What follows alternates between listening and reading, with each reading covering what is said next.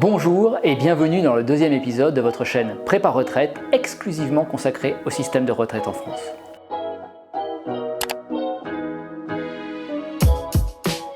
Nous avons vu lors de l'épisode précédent quels étaient les trois niveaux de notre système de retraite.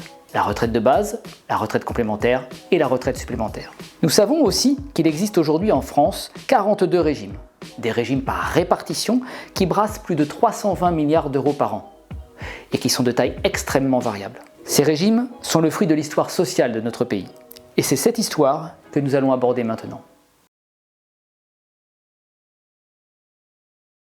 L'histoire des retraites débute en 1673. Colbert, ministre de Louis XIV, crée alors la demi-solde. Lorsqu'un marin est trop vieux pour se battre, il reçoit la moitié de sa solde, c'est-à-dire la moitié de son salaire. Ce sont les prémices de la pension de retraite. Mais après cela, rien, jusqu'au XIXe siècle. Car à l'époque, face aux aléas de la vie, la principale protection est la propriété privée. Grâce à la boutique, à l'échoppe artisanale, à la parcelle de terre que l'individu possède, il se prémunit contre ces aléas, puisqu'en les vendant, il pourrait subvenir à ses besoins. Ainsi, dans la première moitié du XIXe siècle, c'est surtout dans la sphère publique que les caisses de retraite vont se développer. Banque de France, Imprimerie nationale, militaires, fonctionnaires. Mais la révolution industrielle va bouleverser ce paysage en faisant grossir la masse des prolétaires qui ne possèdent rien. Certaines entreprises, comme Michelin à Clermont-Ferrand, vont créer un cadre protecteur pour leurs salariés. C'est ce qu'on a appelé le paternalisme industriel. De même, certains secteurs qui ont besoin d'attirer et de fidéliser du personnel sur des métiers difficiles vont créer des régimes de retraite dédiés pour leurs salariés. C'est le cas par exemple des mineurs ou des cheminots. Mais ces réponses sont trop isolées pour réduire la pauvreté grandissante des salariés et endiguer le risque de les voir se révolter. Et comme, d'un autre côté, on constate les limites d'un libéralisme outrancier, il faut inventer une troisième voie. Ce sera la propriété sociale. C'est-à-dire l'idée selon laquelle, en échange d'une partie de son salaire, les cotisations, on se prémunit contre les risques sociaux. Maladie, invalidité, vieillesse. Ainsi, en 1910, Clémenceau fait voter la loi sur les retraites ouvrières et paysannes. Même si elle ne s'adresse qu'aux plus démunis, et n'ouvre un droit qu'à 60 ans, à une époque où l'espérance de vie est moindre, c'est déjà un premier pas vers un régime général de retraite. Celui-ci est créé en 1945. Les espoirs sont grands. Pierre Laroque, père de la sécurité sociale, disait « C'est une révolution que nous voulons faire, et c'est une révolution que nous ferons ». La réalité fut plus modeste.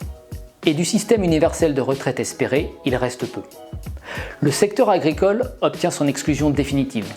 Les fonctionnaires, leur exclusion temporaire, qui dure toujours. Les artisans commerçants refusent d'y entrer.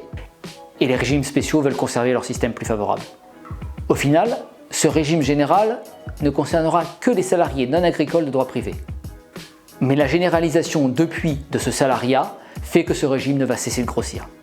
À l'époque, cette retraite de base apparaît vite insuffisante pour beaucoup de professions, qui vont créer des régimes complémentaires ou des régimes spéciaux. Mais après ce foisonnement initial, de nombreuses caisses complémentaires vont se regrouper, soit pour optimiser leur gestion, soit pour améliorer leurs finances. Aujourd'hui, par exemple, pour les salariés du privé, toutes les caisses complémentaires sont regroupées sous l'égide de l'Agirc-Arrco, qui pèse à elle seule plus de 83 milliards d'euros. Il est temps de conclure. En détaillant l'histoire des retraites en France, on a pu voir que si le premier régime de retraite des marins date de 1673, c'est surtout au XIXe siècle que se fait jour le besoin de protection sociale pour contrer les dérives du libéralisme outrancier et éviter les sirènes du collectivisme communiste. Les réponses ponctuelles, dans la sphère publique, dans certains secteurs industriels ou dans quelques entreprises paternalistes, furent insuffisantes.